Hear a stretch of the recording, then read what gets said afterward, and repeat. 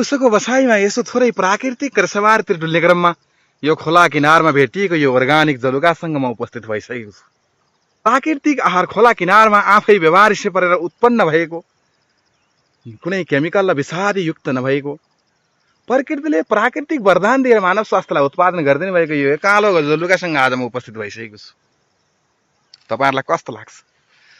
तपाईहरु पहाड छोडेर तराई र शहरतिर चाप्दै हुनुहुन्छ नि थोरै जग्गामा साँगुरो मन बनाएर, तर आज पहाडमा यस्ता व्यवहारिसे परेका यस्ता जमिनमा यस्ता अर्गानिक चिजहरू व्यवहारिसे परिरहँदा हामीलाई त्यहाँ धेरै पछुतो लाग्छ।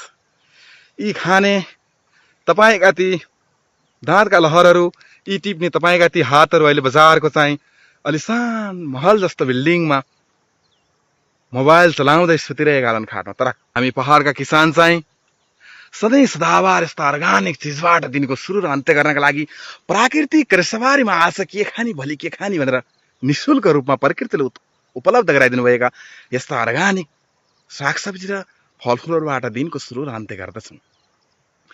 त्यसकारण तपाईहरु कसलाई यो पश्चाताप हुन्छ कि आफूले आफ्नो पहाडमा आफ्नो गाउँठाउँमा यस्ता जग्गा जमिनहरू छोडेर बजारतिर पसेर अहिले चाहिँ पोइजन र केमिकल किनेर खाएको कसलाई एकदम पछुतो छ। आज यी पहाडका डाँडा पाखा छरछिमेक र खोला किनारहरूमा परेका यी अर्गानिक सब्जीहरूबाट हाम्रो पहाडका जनताको सधैँ निशुल्क सब्जीको व्यवस्था गरिदिनु भएछ प्रकृतिले। यिनै सागसब्जी खाएर हामी चाहिँ सधैँ सदाबार आनन्दसँग बिना भङ्गा यस गर्मीमा शीतल हावासँग मन्द निदाउने गर्दछौँ। तपाईहरु पनि संसारको जुनसुकै क्षेत्र सहर कुना काप्चा गल्ली साथै त्यो साथै समुद्र जुनसुकै प्रान्तमा भएर पनि तपाईहरुले आफ्नो परिवारलाई बजारतिर लिएर गएर केमिकल र पोइजन खुवाएर चाहिँ स्वास्थ्यमा नकारात्मक असर त पार्दै हुनुहुन्न। कतै पैसा खर्च अनि फेरि स्वास्थ्य बिग्रिने। त्यसकारण तपाईहरु जसले तराईमा लगेर जसले बजारमा लगेर परिवारलाई भाडामा राखेर केमिकल र पोइजन खुवाउँदै हुनुहुन्छ, तपाईहरुले अब विचार र विवेक गर्नु पर्यो। आफ्नै गाउँठाउँमा गएर यसरी उत्पादन भएका चिजहरू अर्गानिक चिजहरू खाउँ, सुखी र समृद्धि बनाउँ भन्ने नाराका साथ आज फेरि म यस भिडियोलाई सम्प्रेषण गर्दैछु। कस्तो लाग्छ तपाईहरुलाई? कस्तो लाग्छ यो नेपालको खानाको राजा ढेँडो र भैँसीको घिउको साथमा खोलाको अर्गानिक जलुकाको सब्जीसँग म उपस्थित भइसकेको छु। तपाईहरु संसारको जुनसुकै क्षेत्र सहर कुना काप्चा गल्ली साथै द्वीप साथै समुद्र जुनसुकै प्रान्त जुनसुकै स्थानबाट पनि हेर्दै हुन्छ नि, नेपालको अर्गानिक रैथाने खाना ढेँडो चप्प घिउमा डोबेर ल्याउनुस्। कति आनन्द छ है, कति मस्त छ। आहा, खानुभएको छ त सबैजनाले खानुभएको छ सायद। नखाएकाले अब ट्राई गर्नु पर्यो एकचोटि।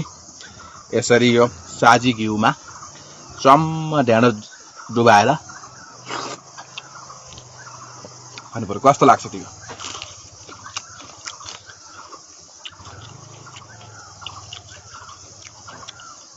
तपाईहरु पनि अब विश्वको जुनसुकै क्षेत्र सहर कुनै काप्चा गल्ली साथै समुद्र जुनसुकै प्रान्तबाट हेर्दै हुनुहुन्छ नि, आफ्नो घर परिवारलाई बजारतिरको नाना थरीको मैदाको खानेकुराहरू रिफाइन खानेकुराहरू खानुभन्दा प्राकृतिक रेसाबारीमा यसरी उत्पादन भएको कोदो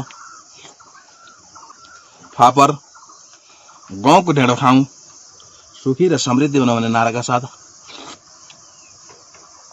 आज बिहानको नास्तामा मैले जसरी खाएछु नि ढेँडो र घिउ, त्यसरी नै तपाईहरुले पनि यसरी खाइदिनु पर्यो है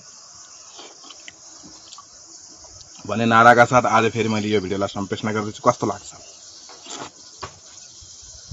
यो ढेँडो र घिउ? सबैजनाले खानु होला, बनाउनु होला जिउ है त।